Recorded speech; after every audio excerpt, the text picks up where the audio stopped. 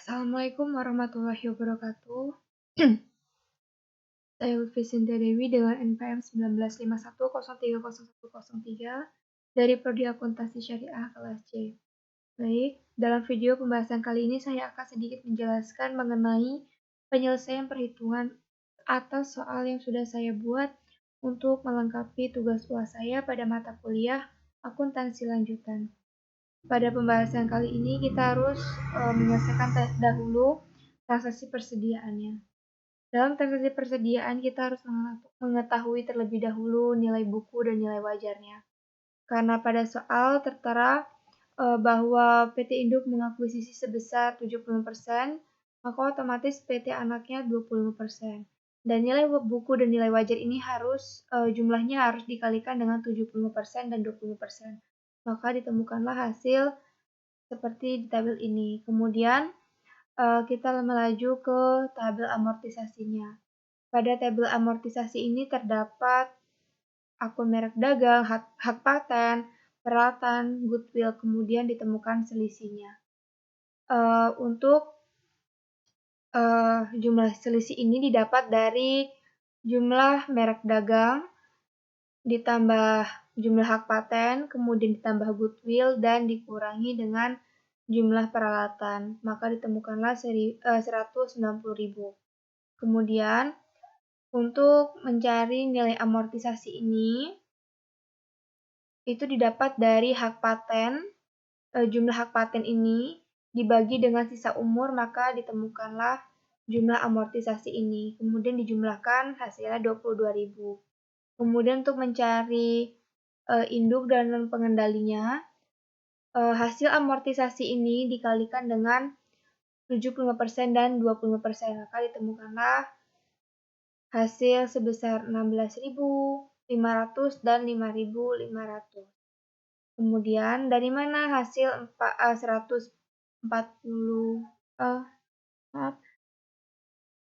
Kemudian dari mana hasil 142.500 dan 47.500 ini? Hasil ini diperoleh dari jumlah selisih yaitu 190.000 dikalikan dengan 75% dan 25%, maka ditemukanlah 142.500 dan 47.500. Kemudian kita melaju ke transaksi hulu. Pada transaksi hulu ini terdapat akun pendapatan, BPP, dan keuntungan. Pada transaksi ini terdapat jumlah, realisasi, dan tersimpan. Untuk jumlah tersimpan BPP dan keuntungan, jumlahnya harus sesuai dengan jumlah tersimpan pada akun pendapatan yaitu 30.000. Kemudian kita menghitung laba yang diakui. Untuk menghitung laba yang diakui ini, pada soal itu terdapat laba sebesar 200.000, maka untuk akun laba di sini 200.000 dikalikan 75% dan 25%, maka ditemukanlah hasil 150.000 dan 50.000. Kemudian untuk hak patennya dari akun di sini yaitu 140.000, kemudian dikalikan 75% dan dikalikan 25%, hasilnya min 105 dan min 35.000. Kemudian untuk peralatan, jumlah peralatan ini didapat dari jumlah di sini. Jumlah dari bagian induk dan non pengendali. Yang ini diperoleh dari jumlah amortisasi peralatan sebesar 8.000 dikalikan 75% dan 25% ini. Maka didapat 6.000 dan 2.000. Kemudian untuk bagian hulu ini didapat dari transaksi hulu pada bagian keuntungan. Namun di sini kita harus menggunakan min. Maka ditemukanlah laba dibagikan. Pada bagian induk sebesar 41.000 dan pada bagian non pengendali sebesar 17.000.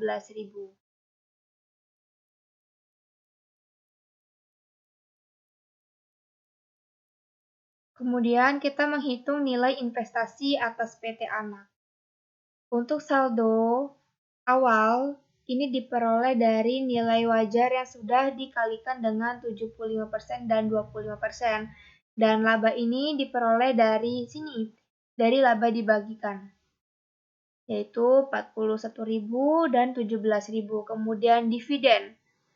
Dividen ini diperoleh dari karena soal yang saya buat itu terdapat dividen sebesar 20.000, maka dividen 20.000 ini dikalikan dengan 75% dan 25%, maka hasilnya min 15.000 dan min 5.000. Maka saldo investasinya yang didapat yaitu 1.443.500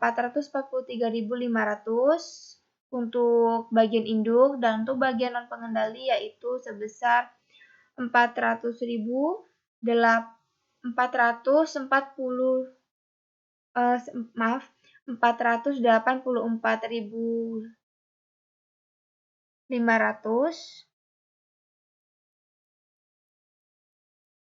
Kemudian kita harus mengecek saldo investasi. Pada pengecekan saldo investasi ini hasil akhirnya harus nol. Jika hasil akhirnya tidak nol, maka kita harus melakukan pengecekan di transaksi-transaksi sebelumnya.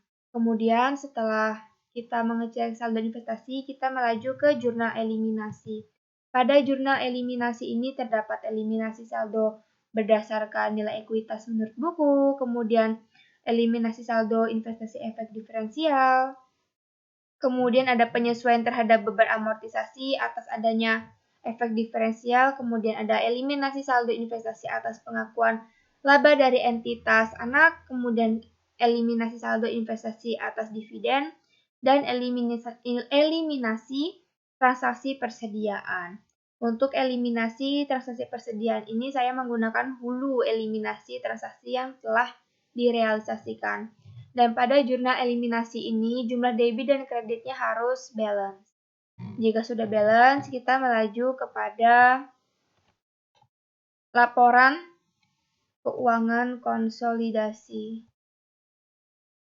Nah, pada bagian laporan keuangan konsolidasi ini kita harus membuat kertas kerja terlebih dahulu. Dari mana jumlah hasil kertas kerja ini didapat? Ini didapat dari neraca saldo pada transaksi persediaan dan jurnal eliminasi sebelumnya. Kemudian jika sudah membuat kertas kerja, maka kita baru bisa membuat laporan laba rugi konsolidasi, kemudian laporan perubahan modal konsolidasi, serta laporan posisi keuangan konsolidasi. Mungkin sekian saja pembahasan atau penjelasan yang dapat saya sampaikan. Mohon maaf karena terdapat kesalahan atau kekurangan dalam penyampaian saya. Saya akhiri. Wassalamualaikum warahmatullahi wabarakatuh.